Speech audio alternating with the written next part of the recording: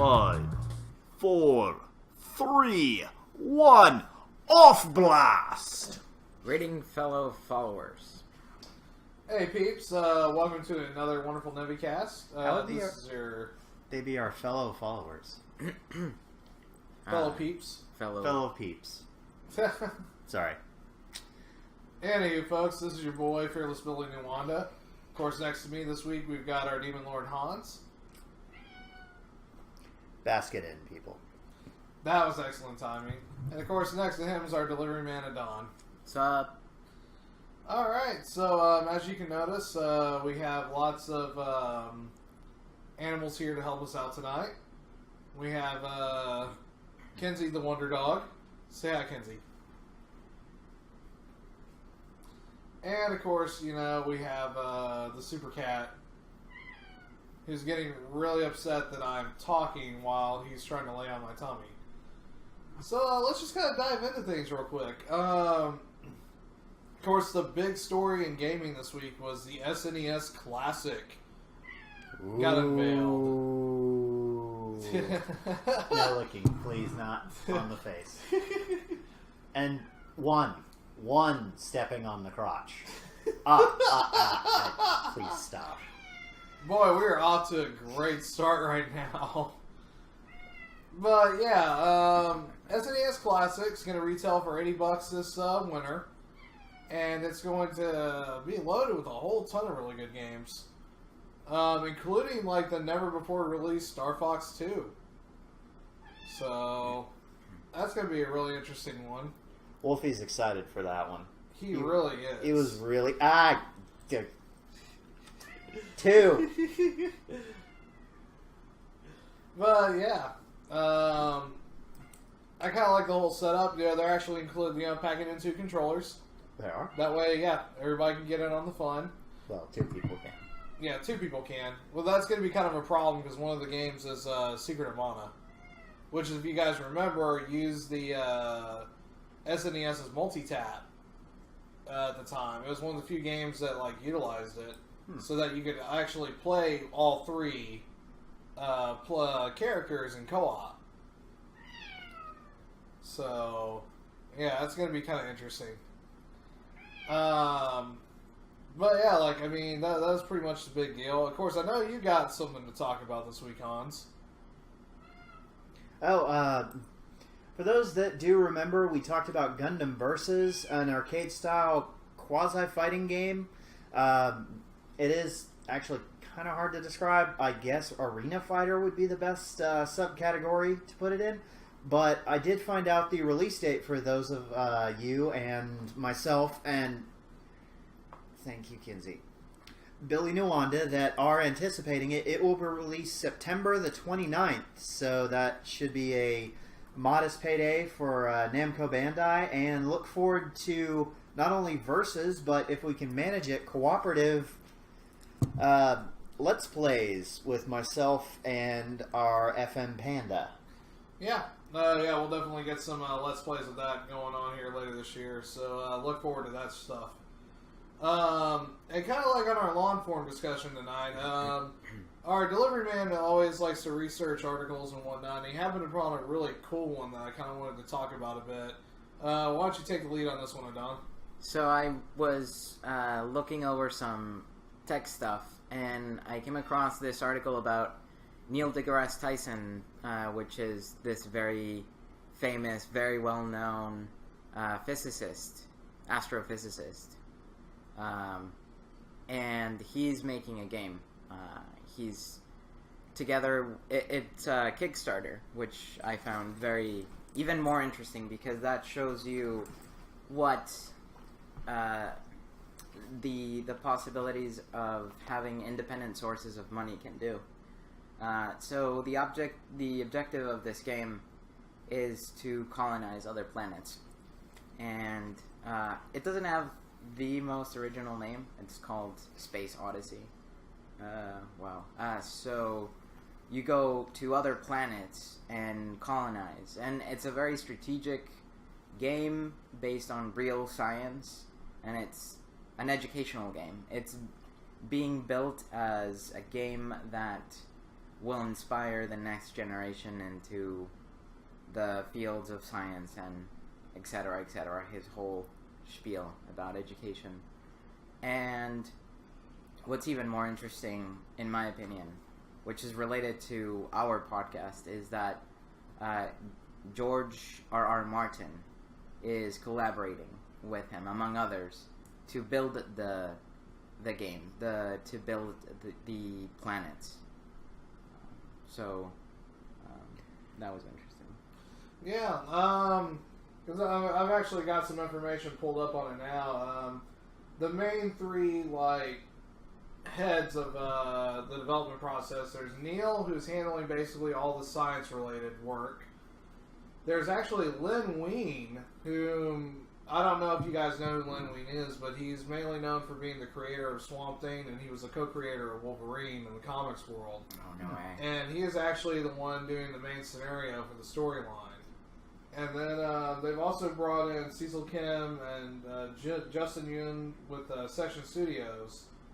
And they're going to be handling a lot of the artwork. They're mainly known for working on stuff like they did Final Fantasy IX artwork. They've also done stuff for God of War 3, Twisted Metal Black. They've got a pretty good resume on them. So, talented people all around. Mm-hmm. For a project that sounds very boring to me, but hopefully they'll make it work. Well, that's the stigma that educational games have had. Mm-hmm. They're trying to push one agenda so they completely leave the other agenda of it being entertaining and drawing people to it. Mm-hmm. So hopefully Mr. Tyson and crew can buck that trend, and hopefully it won't be a travesty like Spore. Those of you who played Spore know what happened. Yeah, like a really good example of a space-related game with a lot of complex stuff behind it that actually became really popular is Kerbal Space Program. That started off as early access on Steam. They've gone to full release now. Really, it's one of those games where there's a lot of depth to it, but it's easy to pick up. But it's got a lot of education behind it, and you can learn a lot about space and whatnot through that. But at the same token, it's also really entertaining as well. So I think another good example, in my opinion, is I think it's a computer game called Plague Inc., where your objective is to create pandemics, and so you're rushing against the doctors and the epidemiologists to find cures.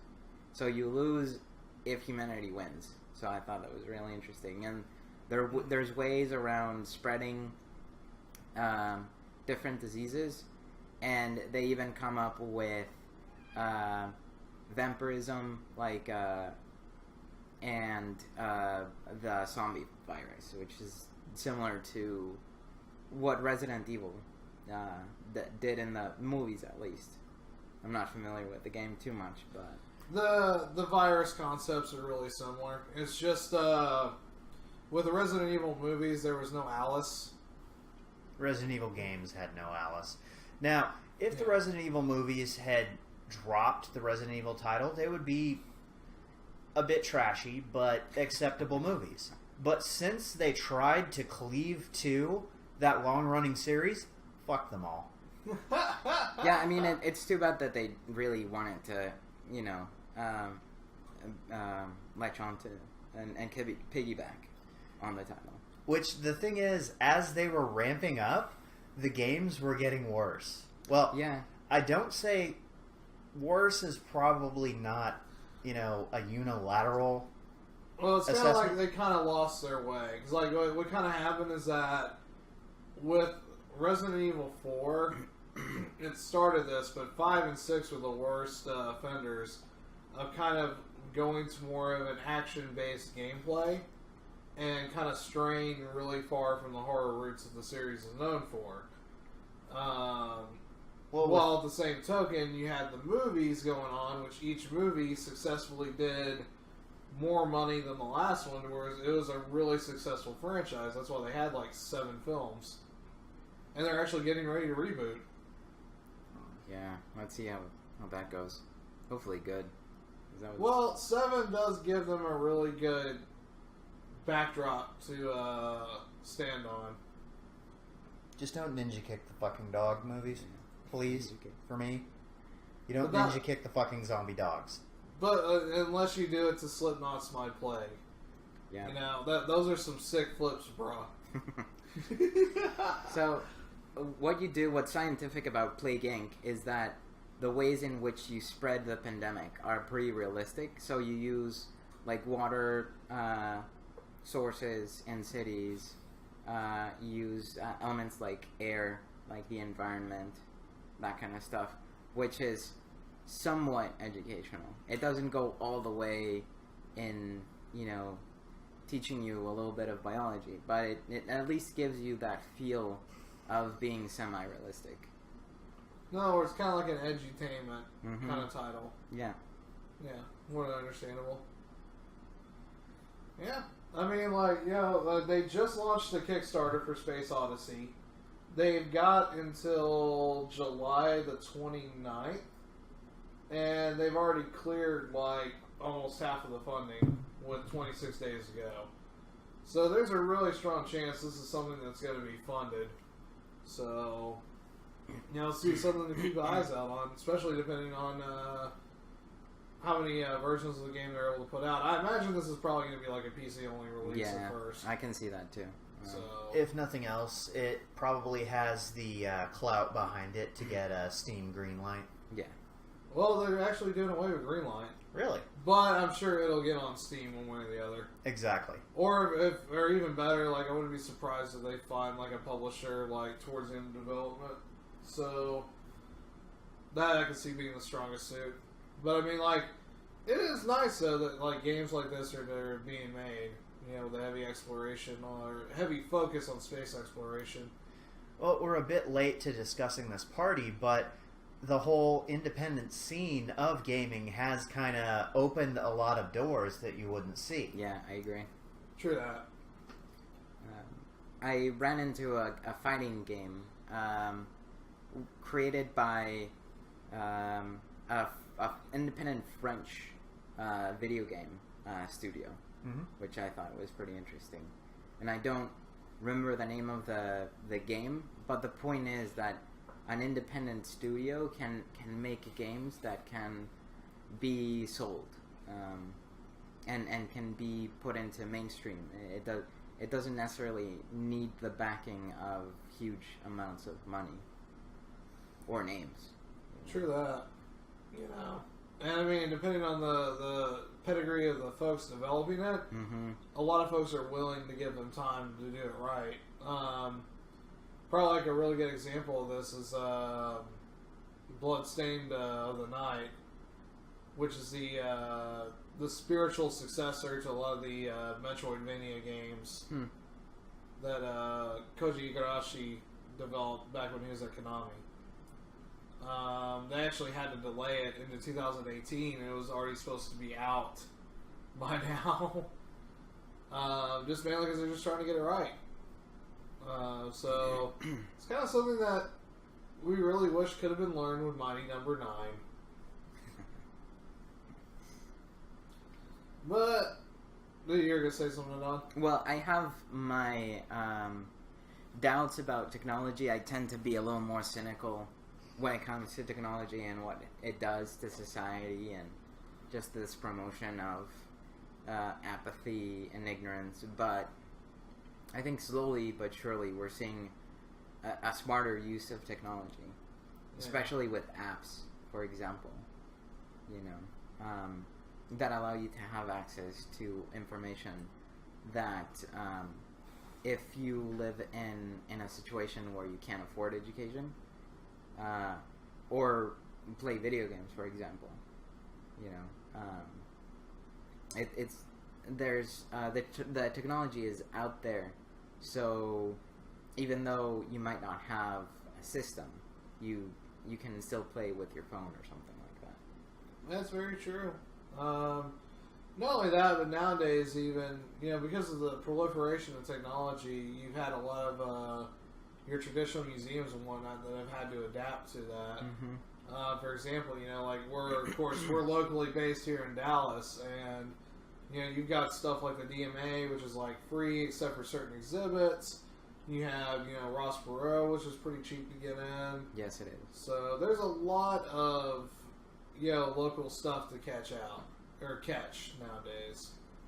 Yeah. So, And the Crow Collection is also doing its best, which is the Asian Arts Museum, with a lot of the chips, like the codes that let you go into the store without even having to use cash, you know? yeah. Which is another very interesting thing about technology. This idea that has been, I think, creeping up since the beginning of the year 2000, but the idea of the eventual extinction of money, of cash, where everything is going to be just digitally monitored, and exchanges will be just with your phone, for example. Yeah. Like Amazon Go, which is doing their shop, where you make an account with your credit card information, and you just pick up the items that you want, and you leave the store, and it just it automatically comes out of your account. Yeah, like a lot of grocery stores are starting to adapt that kind of stuff now too, where you just order all your stuff online, and then you just run up there, like, just go pick it up, you know? It's kind of really nice too. It saves you a lot of hassle of having to go hunt for groceries. What is interesting? Yeah, that's right, Wolfie. What is interesting about that is that I think it also leaves less of an incentive for people to get robbed. Because if they don't have access to your cash, and for example, they can only access through through a code that you're the only one who knows it, then robbing is useless. Mm-hmm. Not really. If everything you have is in one place, which they're trying to condense everything down. Okay, say a person robs you. It's useless without my PIN. Mm-hmm. Bullet in your kneecap says you're giving me your PIN. So, really, it makes identity theft even easier. To an extent, because the thing is that lots of phones are leaning more towards... well, I mean, I can still make an argument for it, because, I mean, the main deal is a lot of phone companies are leaning more towards fingerprint identification. But at the same token, a bullet in the kneecap says, here, put your thumb on this, mm-hmm. you know? Or any generic duress that someone could threaten you with. The main question is, I think you'd have to build in, like, a safe code. Or some type of safe deal where you can tap something and it authorizes and... excuse me, sends the authorities your way. Yeah. I mean, theft is definitely possible. Where there's a will, there's a way. It just makes it harder. Yeah. Yeah. Very true. Boy, this is a weird tangent we went on all of a sudden. It is a bit. Yeah. So yeah, let's talk some anime stuff, because, like, I mean, there wasn't a whole ton of gaming we wanted to talk about this week. There's a lot of anime stuff we wanted to talk about, though. Of course, right now, as of this recording, Anime Expo is going on, and lots of really big announcements that happened at the convention. Some notable ones for me personally was that, to begin with, Iron Blooded Orphans is getting its home video released through Funimation. Mm-hmm. And they're putting out a Gunpla. Yeah, I saw that. Yeah. I'm just kind of like, you know, like, it's kind of one of those deals like, you know, oh, it's Iron Blooded Orphans. I don't need it. I don't need it. I don't need it. And then all of a sudden, Gunpla, I need it! You know. If it weren't the variant Barbados, I'm sure you'd let it pass you by. Exactly. Because, yeah, I already have, like, a regular Barbados, so I don't need a... Well, if it's variant, yeah, I gotta have it. Mm-hmm. Of course, you know, in Akon, I just got done picking up that variant Unicorn Gundam, even though I already have a Unicorn Gundam. You do. So, yeah. But, you know, they've got that coming out. Your Name will be released this year in the U.S. They didn't give a specific date, but I imagine it's probably going to be like November or December. Makes sense. Just because they're having to give, because like this summertime, I think in August, is when it comes out in Glorious Nihon, so they're trying to give it enough buffer time for the Japanese home video release to kind of work its way, you know, because the thing is that it's cheaper for Japanese to import it from the States because, you know, we have to sell it kind of at a much cheaper price. And then July 29th is when the Stardust Crusaders arc of JoJo's Bizarre Adventure finally starts premiering its dub onto Adult Swim, or no, it's Toonami. So that's going to be kind of interesting. On that one, they're actually going, like, I don't know if y'all have really heard about this much, but when they're getting ready to dub JoJo's, the first part they actually attacked wasn't parts 1 or 2, which was Phantom Blood and Battle Tendency. They actually did a test dub on the first episode of part 3. So they got Matthew Mercer and a few others to jump in and kind of do their version of it. Well, as we know, when they actually did dub 1 and 2, they had a lot of the voice actors use accents, depending on if they were British or Italian or German, all that stuff. Which kind of had some hilarious results. I thought it was kind of I thought there were a few voices in the dub that were done all right. Don, what was your feeling about that? I thought the funniest accent was the German, of course. Von Stroheim. That was hilarious because it just hit all the stereotypes in the head. Yeah. Just to be fair, though, Stroheim was like a walking stereotype. Yeah. So, I mean, but then ethnic humor is hilarious to me. I love it. Yeah. I can't get enough of it. But yeah. So parts 1 and 2 came out. Those were actually dubbed by WB, Warner Brothers. Well, when Viz decided to jump in and actually buy back the rights to where they could do part 1, 2, and 3, they are keeping the part 1 and 2 dub intact, but part 3 will be dubbed now with the test cast from a while back before. So there will be no accents in part 3. But it looks they did some pretty good pedigree of actors. I mean, just having Matt Mercer alone as Jotaro will be pretty nice. He pulls the character off pretty well when I watch the test dub episodes.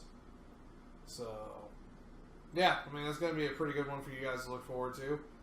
Other neat little stuff. Of course, this is going to kind of seg a little bit into our main discussion for tonight, but for a lot of you guys who knew, Adult Swim decided to finance a continuation of Fooly Cooly.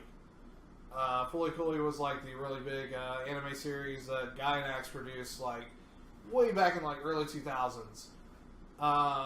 That was designed by the team that would eventually go on to do Tenga Toppen Gurren Lagann, Painting and Stalking with Garter Belt, and then they all went and co-founded Trigger. Which is the studio behind Little Witch Academia, Kill la Kill, and of course Ninja Slayer. So having not one but two sequel seasons to a series that long ago was kind of surprising for a lot of people. But yeah, they've stuck to it, and this weekend they premiered a new trailer today for seasons 2 and 3 of Fooly Cooly. Looks to be some pretty interesting stuff. Hans, what was your impression of it? I haven't watched it yet. I thought you said you watched it. No, I said I haven't. So behind the times.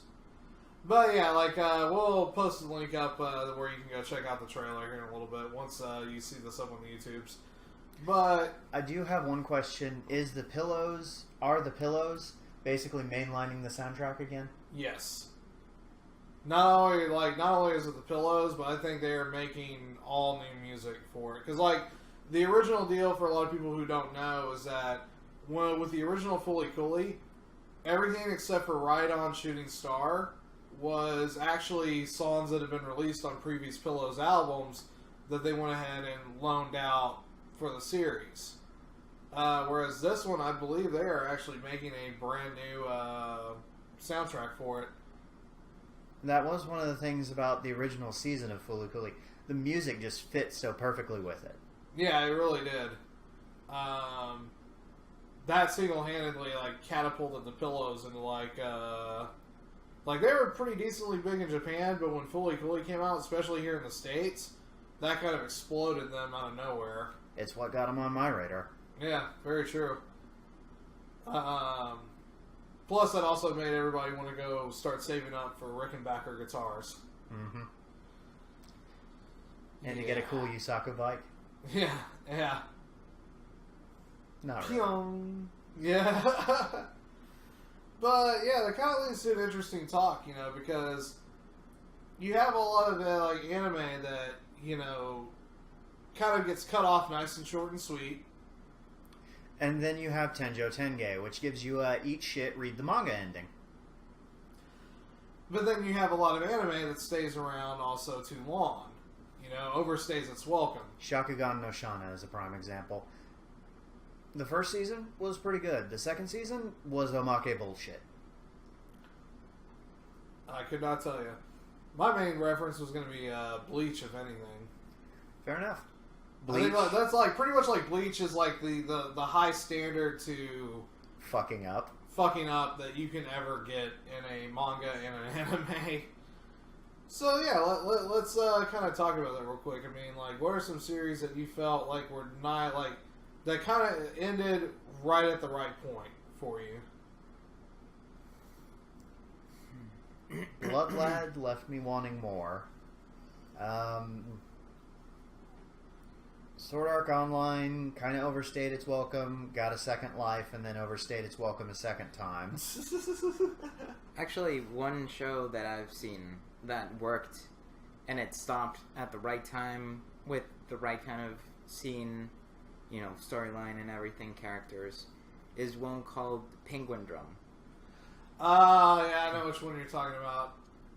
Yeah, I haven't seen it personally, but yeah, it's one of those where I heard it was visually it looked really arresting. It was just there was so much anime at the time for me to catch, I just never got around to it. Mm-hmm. Okay, I've got two. Cowboy Bebop and Samurai Champloo. They ended on the perfect note. Yeah, you really could say. I mean, ironically, they were done by the same guy. The same director, Shinichiro Watanabe. Mm-hmm. Yeah. He knows his shit. Huh? He knows his shit. Is he related to Nabashin? I don't know. Of Excel Saga? It's Nabashin! They have the same name, but I doubt they're the same person. Yes, no, maybe. We'll have to get back to you on that. They are? I wanted to see more of both those shows. Well, the thing is, if they had gone on any longer, the narrative ran its course. If they were doing that, it would just be, hey, we're forcing this down your throat, which I'm kind of afraid FLCL might be the same thing, because those 6 episodes, it did what it needed to do. Well, the one thing I can say for Fooly Cooly is that they've said that each of the new seasons are only going to be 6 episodes as well. And that each one is going to be a completely new set of characters. Then that could very well work. I think the only constant is going to be Haruko. She is constantly chasing after Medical Mechanica. Yeah, I mean, which would make it Fooly Cooly. Yeah. Without her. Yeah. Well, all you need is just adapt mile a minute, quasi inane, but it really has a deeper meaning dialogue, and you've got Fooly Cooly. Because at its heart, it's a coming of age drama, but they take the outlandish to 11, and that's what makes it work for a lot of people. That and also the hyper animation style that came with it too. I mean, that's going to be a lot harder for them to pull off, in this day and age, mainly because of that style. Everybody looked to Fooly Cooly as an inspiration. That's kind of what's inspired a lot of anime ever since. So they're going to have to come up with some new tricks up their sleeve in order to make the series really work. More manga scenes. That's what would do it for me. more manga scenes. Another show that overdid it was Death Note. Oh yeah, Death Note. Yeah, but that was going back to Bleach. That was Jump just kind of meddling in and give us more of this. Story's done, guys. I can't hear you over the sound of us demanding more chapters. Whatever. L has proteges, and spoilers. L has proteges, and they're stupid and pointless and whatever. Can I get my paycheck now? Yeah. It was kind of one of those, like, when at the true halfway point, what's called the halfway point of the series, it really was supposed to be the ending. And they kind of got cajoled into having to make more Death Note chapters and volumes because it was a hot manga, but the two creators were much more they believed more in shorter series than anything else. And I don't think cajoled would be the correct word. Coerced would more likely be. Yeah, that would be the better word for it. Yeah. It's like, here's this pile of money. We're going to beat you to death with it if you don't do what we tell you. Yeah. Which can be hypothesized that was the reason for Bleach's downfall. They just kept pushing the mangaka, and he's like, you know what, fuck it. Clouds for backgrounds, asinine new characters. You know what? Stupid powers. Yeah, why not? He loses his powers, but he gets them back for stupid. His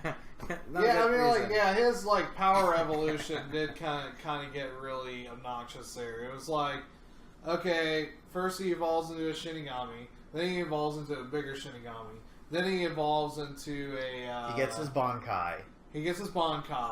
Then he becomes a Vizard. He gets his Vizard abilities. And then he asks the great dragon Shenlong for one wish to make him the most powerful being on the universe, which Aizen planned for all the time. Yeah. It was always there. So you wonder if L from Death Note and Aizen from Bleach were comparing notes. Mm-hmm. Probably were. It was just like, like... Wait, fan theory time. Ryuk is Aizen in disguise. Well, Kyoka Suigetsu can make illusions. Yeah, so can make he illusions. used his Zanpakuto to make himself look like a goth rocker on severe kick of anorexia, showed up to L, and that was how those two Shonen Jump series are connected. Please forget I said any of that. 6 degrees of Shonen Jump. That's right. Another show that That'd be 1 degree. Made it work was Dusk Maiden of Amnesia. I don't know if you've seen That's a cool title. Very edgelordy, and I keep meaning to watch it, but no, give us the skinny. I think you would enjoy it. It goes into the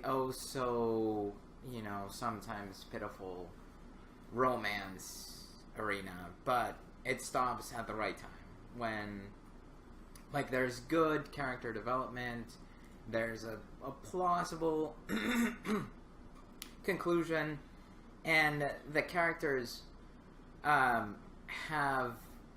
a worthwhile watching ending. So it deals with ghosts, but the ghost is really a way in which we see the use of memories, because they play around with this idea of memory being like a ghost. It's so ephemeral and so intangible. It's like a ghost, and so it's this guy who is fascinated by the paranormal, and then he comes across this character, and through this character he gets to know himself, and you get to see the background story of the ghost itself, which is also very interesting. So it's boy meets girl, but a little more sophisticated. Does anyone get drop kicked out of a window? Nah. No sale. The Demon Lord way right there. I'd have to say, a really good series that... Because I'll do just one of each. Good series that actually, I think, ended on the right note would be actually Trigun. the anime. Even though it went for an anime original ending, I think that the way they ended it gave it that sense of completion. That's probably one of the reasons why they haven't been able to bother doing the whole Trigun plus Trigun Maximum. I would disagree. Because the reason why I disagree is because the way they concluded was him reaching some closure, but the main character reaching some closure, but his morals were built upon what this other character, female character, taught him, and we only see this person maybe like 5 times in the entire show, and we don't have a lot of information of where she comes from or what the hell she's doing there, But so, that's why I would say. Well, it is hinted at throughout the series that they're trying to colonize another world, and that's why they're in space the whole time. And they found, of course, Vash and knives, and like with Rem, she has this very specific moral code that she kind of instilled onto Vash. The problem is that if you get too much into plus on top of that too, there wasn't a whole lot of Trigun's backstory that was really fully realized just yet. So they kind of had to go with what little knowledge they had. And coming from a place that is not, I'm familiar with Trigun, but I haven't seen it all the way through. But there are a lot of times when less is more with backstory. Certain times you don't need to know what brand of tampon the mentor lady uses. Of course, I'm overgeneralizing, so please do forgive. But a lot of times I'm kind of conflicted because I've got 2 viewpoints here behind me, and I don't know. So we've got one who says, would you agree that what they presented was enough to get her point across? And I take it from you, Adan, that we needed more of her? It wasn't enough. Fair enough. So I guess I will have to watch it and get back to you. But one series that I think we could probably all agree that went way too long would be Gundam Seed / Gundam Seed Destiny.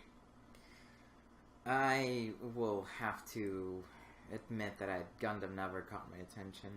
I'm not familiar with it. And I'm Cartoon Network trash kid who only watched Gundam Wing. Gundam Seed was very much in the, it was initially supposed to be a 2000s kind of reimagining of the original Gundam concept. They just changed some fancy names, but then also to kind of do it with modern Gundam design. And the original Gundam Seed worked to a great extent. And it wasn't considered great, but it was considered alright. And then Gundam Seed Destiny came around. It was just kind of like Gundam Seed did like Game Busters in Japan. So they went ahead and instead of just greenlighting a new Gundam series, they went ahead and greenlighted a sequel series, Destiny. The problem is that Destiny was supposed to have a new protagonist, new, situation going on, just like, a lot of the sequel Gundam series, like, Mobile Suit Gundam, Zeta, Double Zeta, Charge, that kind of stuff. But unfortunately, Charge Counterattack. Charge Counter. I was getting ready to say Charge Counterattack, and then I remembered, no, that doesn't count because that brings back Amuro. But and Char, obviously. Yeah, but with Gundam Seed Destiny, it was supposed to be a new protagonist and everything, but they wrote back in the original protagonist, Kira, who ends up just taking over the show. Because at some point they were having issues with the writers, and as a result, it just kind of drags on, and it's just kind of like, why was this even greenlit in the first place? Because they wanted that money. Yeah, pretty much. That's kind of what tends to be the connecting thing with a lot of anime that we all feel have stayed on too long. It's usually the money. Generally. Yeah, I think the one that could have stayed longer was Hellgirl. Actually, there's a new season of that coming out. Oh, okay. So then they fixed that problem. Yeah. Matter of fact, when I was reading announcements, I caught that today. Perfect. Hilarious. Yeah, I love that show. I love it. It's awesome. It's amazing. Yeah. The problem with modern anime, of course, is that nowadays it's like they want to get all these really good shows out, but there's just not enough time. That's why you actually see a lot of studios turning towards Netflix and Amazon now because they can get it out via streaming. So, but yeah, I mean, So they can continue to feed us more Neat Goes to a New World. pretty much. Oh man. Where the fuck's my Edo period? Yeah, like Gates, I'm talking to you. Oh, Gates. Gates. I don't know though. Like Gate was probably Gate's not the worst offender, other than like. Well, the one thing that I will give Gate is being a really bad offender about, and this is saying somebody who's a fan of the show, is it does utilize the harem aspect a little bit too much. But I would have to say the whole influx of Neat Goes to a Fantasy World stuff, you got Konosuba, which takes it in a comedical direction. Then you have RE0, which is basically like Dark Souls.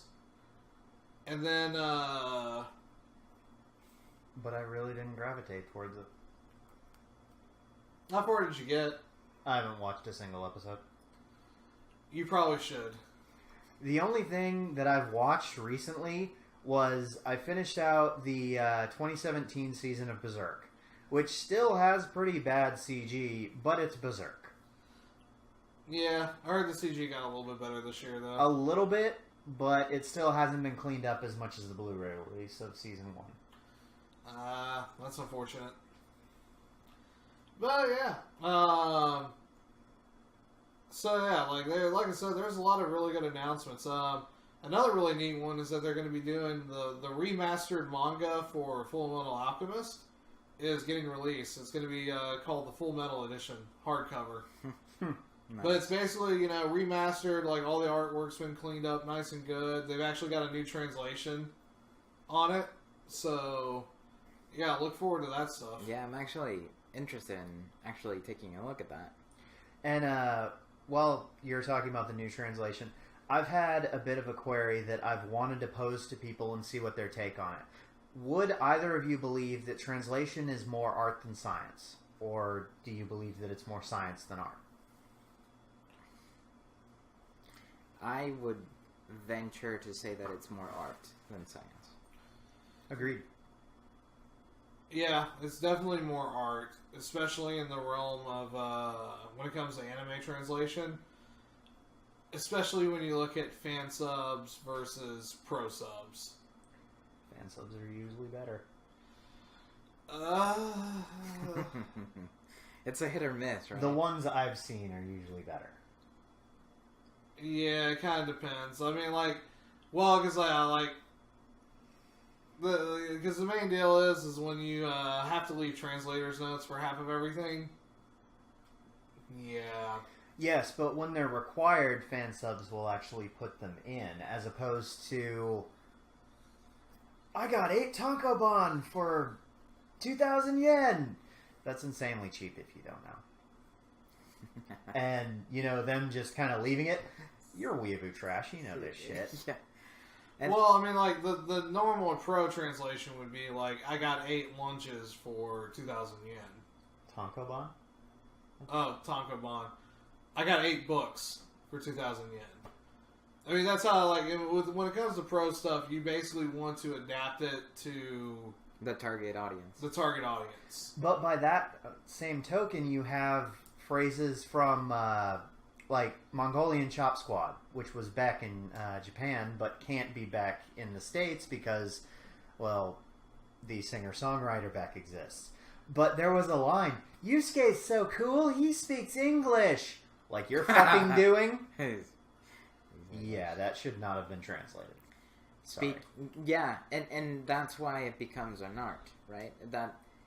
Well, by that token, you've got the person who wrote its intent, and then you've got any intent that a translator would want to insert to make it more relatable for a wider audience, and then it just becomes a cluster fiasco and Spider-Man has a mecha. Right. Because, I mean, he could have said, like, the line could have been, he speaks American English. Yeah. You know. Or, you know, he knows a lot Yes. about... another one that I think we tackled this in the Your Name Thoughtful Thursdays, but when Taki is first taken over by... What was the girl's name? Mitsuha. Mitsuha. She is confused, and she uses a feminine pronoun, which there are no gender-specific pronouns in English, Right. so it was kind of thrown off. When she says watashi, which is either very formal and usually old men or women, his friends are like, the fuck? And then I think she goes to ore, which is more, you know, older men. And then she finally settles on boku, which satisfies her friends because that's normal for a boy to use to reference himself. But in the English version, since that doesn't exist, they had to change it. And, you know, Mitsuha as Taki stammers, a boy? And they could have, you know, changed the inflection to make it work, but it's still really awkward the way it's presented. Yeah, but I mean, like, that's kind of like the nature of, like, having to translate stuff, though. It's better than, like... Because I think, like, one of the worst offenders about this was, 4Kids Entertainment. Yeah, 4Kids, like a lot of anime translators in the past. Because that's where, like, fan sub translators gained such a huge following in the first place, was from the fact that, like, there wasn't a really strong amount of pro anime translators, especially translators that were working directly with the mangaka and with the anime studio, so that there could be more direct intent conveyed, and like like there is now with Crunchyroll and whatnot. And there's also more knowledge from both cultures, and they can make an adequate translation. Yeah. You don't have stuff left in, like, you know... Because you see that in dubbing into Spanish, interestingly enough. It's very interesting because you have dubbing in Spanish from Spain and dubbing from Latin America, which is kind of... I don't know, it's a weird thing because Latin America is so diverse. We're talking about Mexican Spanish in reality when they're talking about Latin American Spanish. But it's interesting because when they do the Spanish translation to Spanish from Spain, they keep the Spanish expressions, which in Mexican Spanish sound like lewd and sexual. But it's interesting because it looks so bad in Spanish from Spain because these are two cultures, the Spanish culture and the Japanese cultures, that don't have anything to bridge each other, and so it just looks really awkward, like in Your Name, where they couldn't. It looks really awkward when they're speaking in Spanish and they're trying to use Spanish humor, and with Japanese background, it's very awkward. It's very, very awkward. And on the other hand, with Mexican Spanish, what they do, what the solution that they did in the case of Latin American Spanish, in the dubbing, they completely dismiss the inclusion of something Japanese. They either use a very long word in Spanish that occupies the movement, that uses the movement of the mouth, and it just gets rid of the problem, and that's it. But suddenly they're talking about their churro when they meant to talk about the love of their life. Yes, exactly. Bad example, but it was the one I came up with on the cusp of the moment. Yeah. Hey, you never know. For a lot of people, the churros are the loves of their lives. Yeah. And that's our title. And what Churro, the love of my life. Yes. The anime that you can see this as a good example is The Adventures of Sinbad, which is a continuation on Magi, the Magi series. Netflix has it on, has it out, and you can watch it.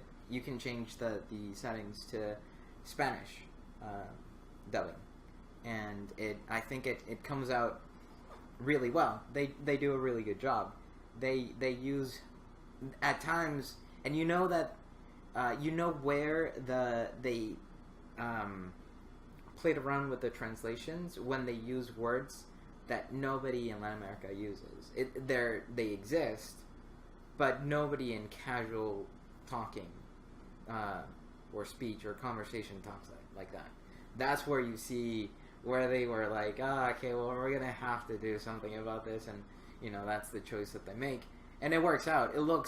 It still looks really dorky and really clumsy at times, but it's better than not addressing it at all. Not doing anything about it and making it really obvious and really bad. Very true. Like another really odd example that had to be referenced was from a fan subber. He's a guy known as Cool Guys, and he was the primary subber for K-On! For the longest time. And in K-On! Season 2, there comes up a bit where Azusa and Yui are having to practice undulation scening. And the song that was actually being talked about that Yui was singing was a very complex Japanese folklore song. But the translator, knowing that wouldn't necessarily make sense to everybody except weeaboos, instead changed it to the lyrics of the song My Lovely Clementine instead. Which got a lot of weebs very extremely upset. Of course. And then he came out and says, like, look, I had to do what was best to make the material relatable to the target audience. To everybody watching here in the States. And it's just like, I can't just leave up a deal and then post a giant bunch of translators' notes. What I noticed, like, Saint Seiya, or the Knights of the Zodiac, also known as the Knights of the Zodiac, was extraordinarily popular in Latin America, like off the charts. It was one of the best known animes. Like, I grew up with Saint Seiya. Yeah, it was also really big in Europe too. It's huge. It's incredible. Yeah, like with that. French and German.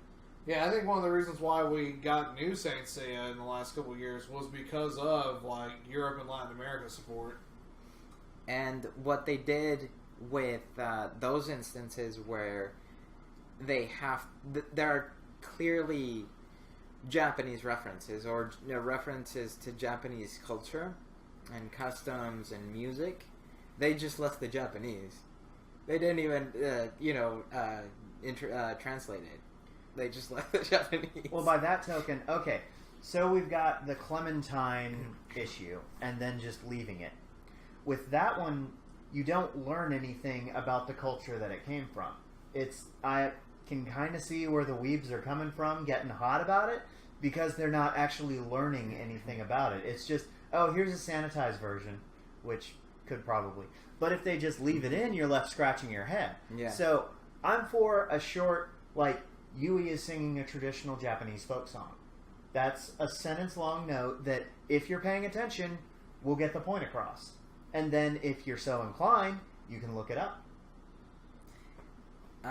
Something that was also done with an anime in English dubbing was the Sword of the Immortal. Have you seen that show? I've heard of Blade of the Immortal. Blade of the Immortal. There you go. I haven't seen it. Okay.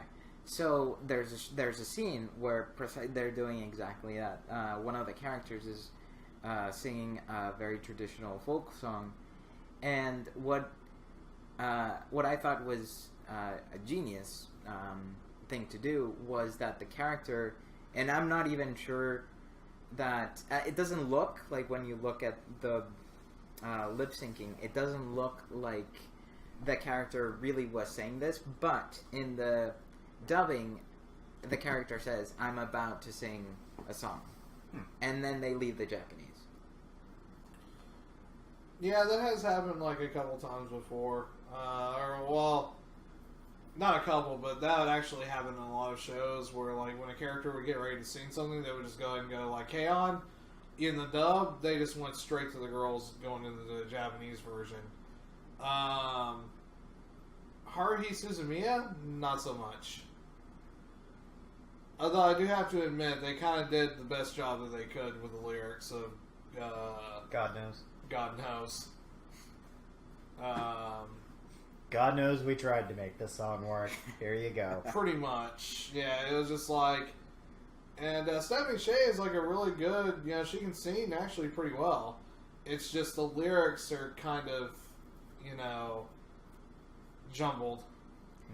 And, I mean, sometimes we'll just have to accept that a show was written for a very particular audience, and we won't be able to understand it, because we are not Japanese. Case in point, Sayonara Zetsubo Sensei. That thing is so full of TL notes that it might as well have been a novel, but I loved it until it became obvious that it was formulaic and not straying in the least. Seasons 1 and 2, if you can find them, of Sayonara Zetsubo Sensei, excellent. Season 3, I'm not going to recommend it. Yeah, it's kind of like a lot of variety shows too, like especially the Gaki no Sakai specials. Like, there's so much in references that it took me like hundreds and hundreds upon episodes and stuff of watching all 5 of the guys to where I can get to where, okay, when this particular bit comes in, okay, I know what that is. Ha ha ha ha ha. But for the most part, what I've seen of the Gaki no Sakai is basically physical comedy, which is universal, because we're all inherently sadistic. The very base level is physical comedy, but a lot of the really more subversive comedic elements they do, you really need to call back and watch previous, not only previous No Laughings, but also just previous episodes in general with them. Because, like, you go back and you check a lot of the history of certain jokes and certain things that are done in the show, it makes it that much more hilarious. Well, that does seem to be a drive towards being insular that a lot... I don't know how it is, but that's really come into the limelight. A lot of people, they want to be in on the joke. They want to be ahead of the game. And it's really just gotten kind of annoying. Yeah. Very true at that. It's like, I'm so meta, I'm Deadpool as Deadpool, watching Deadpool. Please, just shut the fuck up. And what is really a And have a dream chimichanga. of Deadpool, dreaming about Deadpool, about being Deadpool. Fucking Lady Deadpool. Spider-Gwen Deadpool. Yeah. And Deadpool Dog as well. People out there do realize that what Deadpool does is just lazy writing. Well, nowadays, but I don't know. Like his initial first few runs with like Joe Kelly and them were. Well, the thing is, the entire fourth wall breaking and immersion breaking stuff is when it's clever and rarely done. It's the writer realizing, oh hey, I fucked up, guys. Sorry. Yeah, I fucked up. And then every 5 seconds they're doing it. We're so low random. Yeah. Please jam that pen where the sun don't shine. And I'm random, and I'm telling you, I'm random. I'm randomly random. So random that I'm informing you that I'm random. Here, you'll have to sign this waiver for my randomness. That's right. Get a free chimichanga. And that's my writer's vent for today. So, just to kind of wrap things up, there is one last thing I wanted to talk about. Speaking of, off-kilter translations and whatnot. So, Netflix unveiled the full trailer for the upcoming Death Note movie that they're putting out later this year. I thought it was a series. No, it's going to be a movie. Okay. And it actually, to me, it looks like it's pretty good. I think that, I'm kind of taking this with a little bit more of an open mind versus, Ghost in the Shell. Mainly because, what they're trying to do is instead of trying to go, in a weird one-to-one type deal, they're actually trying to really take the core concept of Death Note, which is the rise and fall of light, in this case, Turner, and, tell it in an American setting. Oh, see what they did there? Turner, Light Turner. Ha ha ha ha. Clever. Buzzinga. Yes, because puns only work in certain languages. Of course, if you do translate them poorly, they will not work at all. Like, I thought it was clever way back when to have a character with the last name Igami, and his first name is Shinichiro, which shortens to Shin. But generally in Asian cultures, their given name is last. So I done fucked up. I thought I was clever when I was like 17. Who doesn't? But yeah, I mean, like, it's a really interesting take on the whole Death Note concept. I do think William Dafoe has the ability to knock it out of the park as Ryuk. I agree. You mean, shit, I can't think of his name because I'm on the spot. I know it's Zanpakuto's name, but god damn it, he was the villain of Bleach. The plan did all the time. Aizen. We just got done talking about Aizen like earlier tonight, and you already forgot him. It's past my bedtime. Yeah. But I can see Death Note being successful. Because I liked what they did with Ghost in the Shell, the movie, with a white actress, or a very Anglo-American actress. Yeah. But what they did with the story, I think, was well done. And because it's a Netflix original, I think there's also much more room to work with, like, you know, in terms of... The director that they picked for it has got a pretty decent pedigree, and he assembled a pretty good cast of actors. It's just going to be whether the script is any good. If the script is decent, they can elevate that thing to something different altogether. But if it's crap, then we should at least be glad that it's on Netflix and not trying to put it in theaters. Right. And we'll be live to you, giving it the Mystery Science Theater treatment. That's right. Nah. Or just grabbing baseball bats and bashing everything in sight because we're so nerd-raged about how our Netflix movie sucked. Can't be any worse than that Adam Sandler movie. Oh, no. Yeah, exactly. There's so many. I think he signed a deal for like 5 of them, and everyone on there has gotten like 1 star. Yeah. And that was a generous review. And on that generous note, I think it is actually time for us to wrap things on up. Thank you guys for joining us. As always, like, comments, and subscribes will be super appreciated. You can find us on the Nevi Devil group on YouTube. And, you know, remember, we always have our FM Panda Plays, Pants Plays, Everybody Plays, Thoughtful Thursdays, plays, just plays. And then tune back in September for when Fiction Fridays reposts with a brand new name. No longer Flashy. Sorry. The Flash was taking too much out of me. Crushed up vitamin C and cocaine. It's not good long term. Very true.